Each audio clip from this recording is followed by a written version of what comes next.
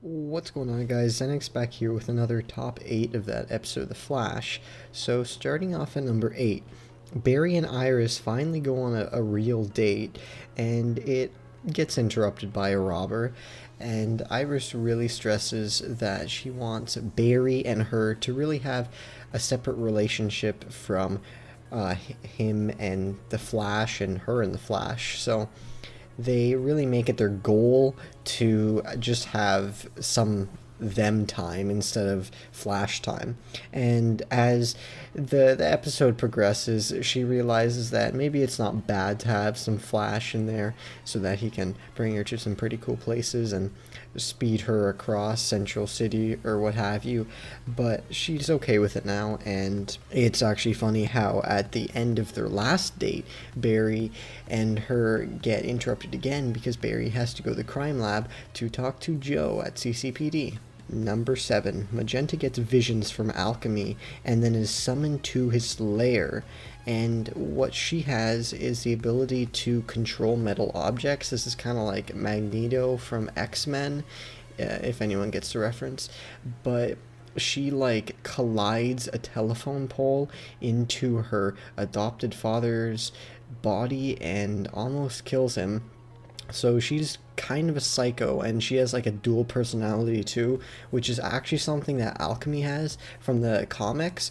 It's like a dual personality thing, so that's a common theme that happens in this episode. Number 6, Wells and Jesse come back from Earth 2 because Jesse now has super speed. So in, I think it was the Runaway Dinosaur episode 21 of season 2, they get like doused in dark matter, and she didn't have any side effects or anything up until a couple days ago whenever Wells and her figured out that she actually has super speed, and it was whenever she was with her friends and she was crossing the road, and then after everything just slowed down around her. So that's how she got it, and Wally's a little bit pissed about that. Number 5, Wally talks with Jesse and says how he's been getting dreams about having speed, and he's desperate for speed at this point. And he actually steps in front of a car because Jesse tells him the story that I just said, and how she stepped in front of a car and time froze, and he thought that that might just kickstart his powers, but it doesn't work that way, and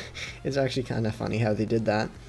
And I think that alchemy will actually turn Wally into a speedster because he's so desperate to have speed. Barry has it, Jesse has it, so like he's the only one who doesn't really have it, and he kind of feels left out.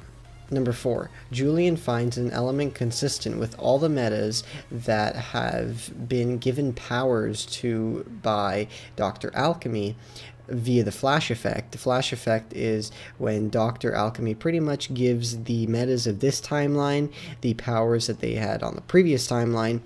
And what this is kind of referencing is whenever Julian says element, his comic book character is actually Mr. Element, and that's like the closest indirect reference that is going to probably happen.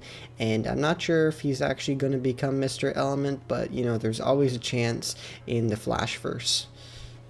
Number 3, Jesse and Barry do a speedster team up in order to get a giant ship away from a hospital because Magenta is actually controlling it because she can control metal objects, and she's about to drop it onto a hospital with a bunch of people inside. So they come to the rescue, do like a figure 8 on top of a building, and somehow that like creates a wind funnel or something underneath the ship, and it keeps it up long enough for Barry to talk Magenta out of killing everyone in the hospital. Number 2, Star Labs in this timeline has a room to test Speedster's vitals, which is pretty neat, and actually Wells was like, wait, you don't know about this speed room, Barry? And then after, that's how he figured out that Barry actually altered the timeline, and he kind of gave Barry shit for it, kind of like the other speedster from Earth 3 did, which is Jay Garrick, and kind of like everyone else did from this timeline. They gave him shit for making a new timeline. And I guess the speed room's a new perk of this timeline, but you know, who really knows?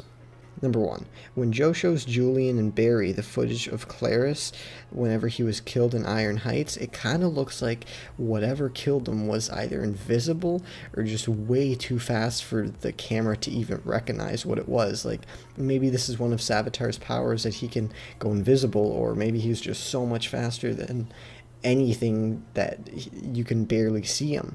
And it's like there was these big light surges too whenever he was getting attacked each time, so maybe that's like a Speed Force thing. I'm not sure. Anyways, I hope you guys enjoyed my top 8 of this episode.